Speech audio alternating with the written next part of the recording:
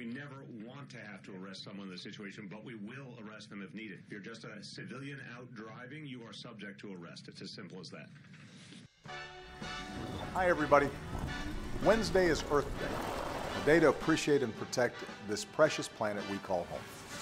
And today, there's no greater threat to our planet than climate change. 2014 was the planet's warmest year on record.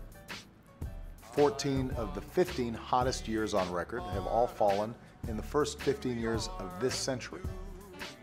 This winter was cold in parts of our country, as some folks in Congress like to point out, but around the world, it was the warmest ever recorded. And the fact that the climate is changing has very serious implications for the way we live now.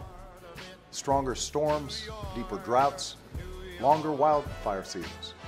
The world's top climate scientists are warning us that a changing climate already affects the air our kids breathe. Last week, the Surgeon General and I spoke with public experts about how climate change is already affecting patients across the country. The Pentagon says that climate change poses immediate risks to our national security. And on Earth Day, I'm going to visit the Florida Everglades to talk about the way that climate change threatens our economy.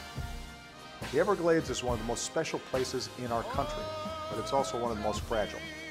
Rising sea levels are putting a national treasure and an economic engine for the South Florida tourism industry at risk.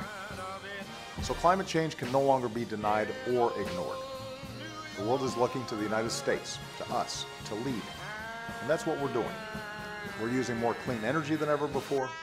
America's #1 in wind power, and every 3 weeks we bring online as much solar power as we did in all of 2008. We're taking steps to waste less energy with more fuel-efficient cars that save less money at the pump, and more energy-efficient buildings that save us money on our electricity bills. So thanks in part to these actions, our carbon pollution has fallen by 10% since 2007, even as we've grown our economy and seen the longest streak of private sector job growth on record. We've committed to doubling the pace at which we cut carbon pollution, and China's committed for the first time to limiting their emissions. Yes, officer. And because the world's two largest economies came together, there's new hope that with American leadership this year, the world will finally reach an agreement to prevent the worst impacts of climate change before it's too late. This is an issue that's bigger and longer lasting than my presidency.